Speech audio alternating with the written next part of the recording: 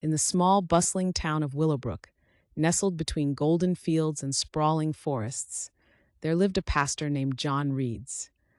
Pastor Reeds was known for his deep, sonorous voice and even deeper convictions, guiding his flock with warmth and an open heart at the community church, a quaint white building with a red roof and bell tower that sang every Sunday morning.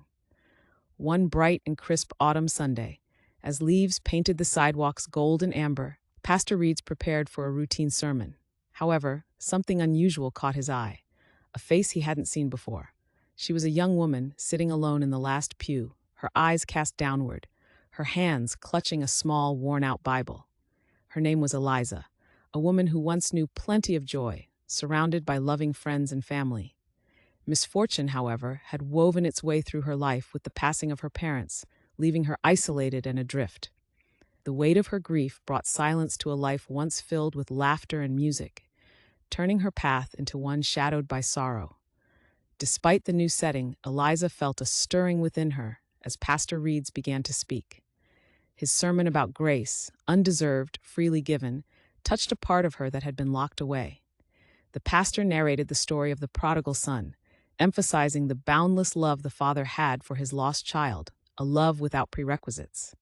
Moved by the sermon, Eliza found herself lingering after the service, the echoes of the pastor's words mingling with a newfound sense of hope. Pastor Reeds, noticing her hesitance, approached her with a gentle smile. "Everyone has a story," he started, "and every story deserves the grace of a listening ear. Would you share yours with me?" His voice was soft, yet inviting. Eliza nodded, and over a cup of cocoa in the church's humble cafe, she poured out her tangled tale. Pastor Reeds listened, nodding thoughtfully, never interrupting. When she finished, there was a pause, a breath caught between two souls.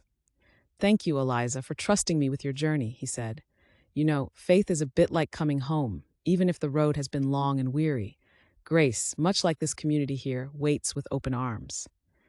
His words, simple yet profound, were like a balm to Eliza's weary heart.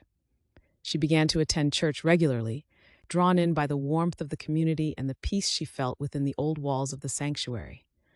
Slowly, the music returned to her life, not the tunes from the radio, but the quiet, hopeful rhythm of a healing heart.